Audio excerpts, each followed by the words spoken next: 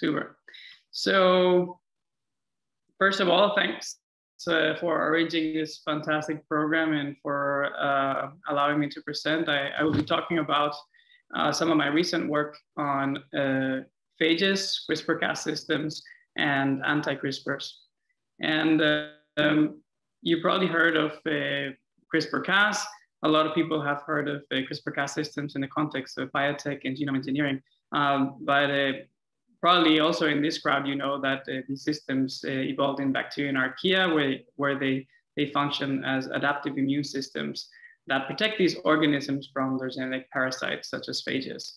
And they're composed of two main parts. The first part is the CRISPR array, where it's essentially the immune memory bank of the cell, and here the cell source memory of previous infections, such as phages and plasmids. And then we have the other component, which are the Cas genes, or clusters of Cas genes that encode the machinery involved in the stages of immunity. And briefly, these are adaptation, processing, and interference. And during adaptation, short fragments of the invading mobile genetic elements, in this case a phage, are stored in the CRISPR array as a new spacer, which is then transcribed into a long precursor RNA that is matured into short CRISPR RNAs, each of which contains one of these CRISPR spacer memories. And you can think of these as a mugshot that the bacteria can use to recognize previous infective agents. And these CRISPR RNAs coupled with Cas proteins to form these effector complexes that surveil the cell in search of a match. And when they find the match, it means that the invader is back, so they chop it up and destroy it. The way they destroy it and what type of nucleic acids that they target very much depend on the system. This is a type 1 system, one of the most common ones, but out there in nature, it's a huge diversity of CRISPR-Cas systems, and they're very powerful and widespread. So you can tell that they're very important and function very well. So my work and the work of others has also focused on trying to figure out how phages and mobile genetic elements escape these defense mechanisms. Of course, one way they can do this is by mutating in their recognition sequence. Many of them do, but as you can imagine, this is not the best long-term strategy. So a lot of phages and other mobile elements have evolved bona fide inhibitors, protein inhibitors that block CRISPR immunity at different stages. And they do so through different creative mechanisms I'm not going to go into today. But interestingly enough, the same way as CRISPR-Cas systems have been repurposed for biotech applications, anti-CRISPRs then offer this added layer of regulation and control over the activity of CRISPR-Cas. They can also be used as an off switch in these applications. So the story that I'll be talking about today is, I guess, my journey as an anti-CRISPR hunter for about 1 or nearly 2 years during my PhD. And I first was interested in investigating the interactions of these mobile genetic elements with the bacterial host and trying to uncover how they escaped CRISPR immunity. Last thing you should know about anti-CRISPRs is that often you find that they're clustered in these neighborhoods where we call anti-CRISPR loci. And that's because several anti-CRISPRs tend to be together. And this has been exploited to find anti-CRISPRs. If you find one, then you look around and you likely find more. As you can see here, this gene in white is ACA, as anti-CRISPR associated gene. It's not an anti-CRISPR, but it's generally associated with anti-CRISPR with a larger diversity than each single anti-CRISPR. So very recently, it has been described by 2 groups at the same time that it's actually transcriptional regulators that tightly control the expression of these loci. But what's interesting, or the application of these ACAs also is from a pragmatic standpoint, that you can use them as marker genes to discover new anti-CRISPR, since they are associated to so many. And that's what I did. That's the approach that's called guild by association approach.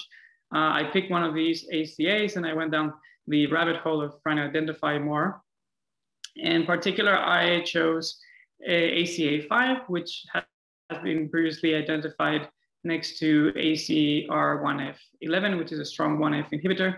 It's found across different enterobacterial taxa, and I found it in different prophages of these bacteria. And very often I found different genes, small genes encoded immediately upstream of this ACA. And so I thought, okay, these are likely anti-CRISPRs. Then I tried to gather a little bit more evidence, bioinformatic evidence that would support this, this idea. First of all, I wanted to know, do these genomes encode CRISPR-Cas systems? And indeed they do. Here you can see that they either encode 1E or 1F, sometimes both of them. Very interestingly, many of them encode, have self-targeting. And so this is very interesting because these are spacers in the CRISPR array that are predicted to target someplace in their own genome. And this is kind of a paradox because these bacteria should be dead due to autoimmune targeting of their own genome and they should commit suicide, but they're alive and kicking. So this is taken as a symptom that there are anti-CRISPRs inhibiting the activity of CRISPR, thus preventing the lethal effects of this self-targeting. So I cloned a number of these anti-CRISPRs in expression vectors, and then I tested their functionality against 6 type 1 CRISPR-Cas systems, 2 1F variants, 1E, and also 1C in Pseudomonas, Serratia, and Pectobacterium. The way that the assay worked is I had the systems targeting a phage. So in theory, the phage cannot infect the cell is immune. But if you express this ACR candidate and the phage can infect again, then it suggests that the protein is inhibiting CRISPR immunity.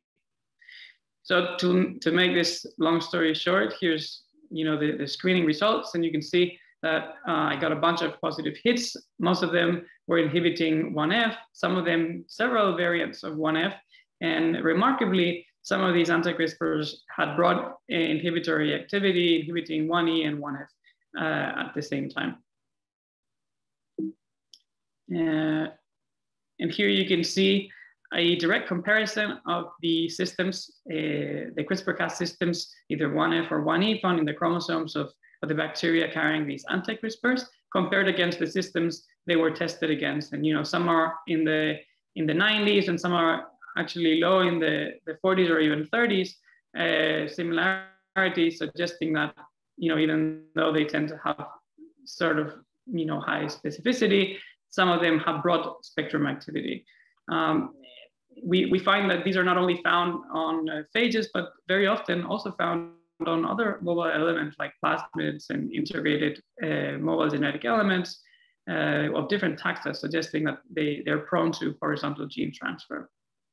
Also very interesting that they have no homology to other proteins or other anti-CRISPRs, and so they're new protein families with very different biochemical properties, different isoelectric points from very acidic to basic, and also, even though they tend to be small, quite also different molecular weights, suggesting that these proteins probably behave very differently and have different mechanisms of action. And so we observed that one of the anti-CRISPRs that we had discovered, ACR1F22, not only was associated with the ACA5, but sometimes it was upstream an unknown protein that contained a HTH domain. This is a helix-turn helix domain that allows DNA binding. So it's common in transcription factors. So we thought this could be perhaps a new ACA. We called it putative ACA9. So to explore that direction a little bit more, we looked at its distribution, and we found that it's found in the phages and plasmids of different taxa, generally proteobacteria, not only associated with ACR1F22, but also ACR1F15. So it looks good as an ACA. To validate that this was the case, we did another guilt by association search. We went down the rabbit hole to identify new candidates following ACA9. We identified 2 candidates that we tested against the 1F system in PA14. I'm glad that I think it's probably the first time I'm not going to explain a phage spotting assay, as this crowd should be familiar with it. Here you can see that with CRISPR, in the empty vector, you have no infection of the phage. CRISPR obliterates the phage. Without CRISPR, the phage can infect very well. And in the presence of CRISPR and a known anti-CRISPR, you have very robust infection. So we tested these 2 candidates in the presence of CRISPR, and you can see that they nearly restore infectivity to, when there's no anti-CRISPR. That's around 6 orders of magnitude, 1 million times better at infecting when these proteins are expressed in the cell compared when they're not.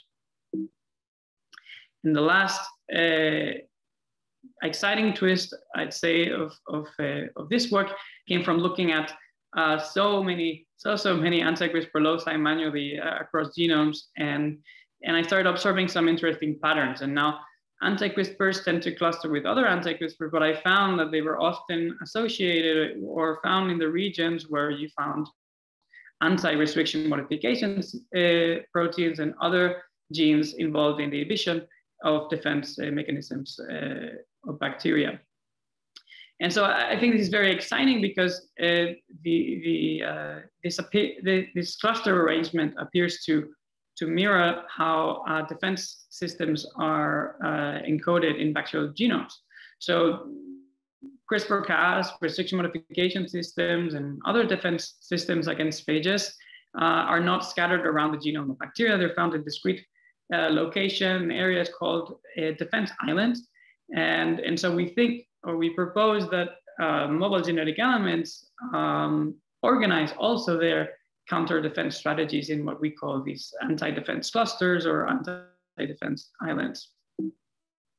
So to finish up, I want to conclude that in this work we found a bunch of new type 1 anti-CRISPRs and a new ACA that can be used to find more anti-CRISPRs. And we proposed the idea of anti-defense gene clusters, which can be exploited, we think, to discover new anti-defenses by looking around, in the genomic region surrounding anti-defenses. And just to finish up, I'd like to finish with some perhaps more global perspectives on my work and the work of others. We clearly see that mobile genetic elements constitute a double-edged sword for bacteria. On the one hand, they promote horizontal gene transfer, which is very important, but they're also genetic parasites, so they carry some sort of fitness cost. And so this leads to the emergence of these very complex and conflicting relationships between mobile genetic elements and their host. And this leads to a co-evolutionary arms race where barriers and anti-barriers to MGE propagation emerge. And I think it's very important to understand these a little bit better, because not only will we understand bacterial evolution and how gene flows across microbiomes, which of course, for example, with antimicrobial resistance is very important. But on the other hand, understanding these is important because at the interface of these conflicts, we have hotspots for genome innovation. And this is where very powerful and very specific molecular machinery arise. And we humans can repurpose these machineries for different applications. CRISPR-Cas and anti-CRISPRs, retrons, restriction modification systems are great examples, but they constitute just the tip of the iceberg. Out there in nature, there's many, many, many more promising tools that await to be discovered by studying these conflicts in a little bit more depth. And with that, I'd like to thank the Joe Bondi Denomic group who had me at UCSF help me study these systems, and my PI and our wonderful group at the University of Copenhagen, where I did also some of my work, and the help of some wonderful collaborators like the Peter Finneran Lab. With that, I'd like to finish and thank you for listening. I'm happy to take any questions. Thank you, Rafael. So time is up. So please, if you can answer the questions in Q&A.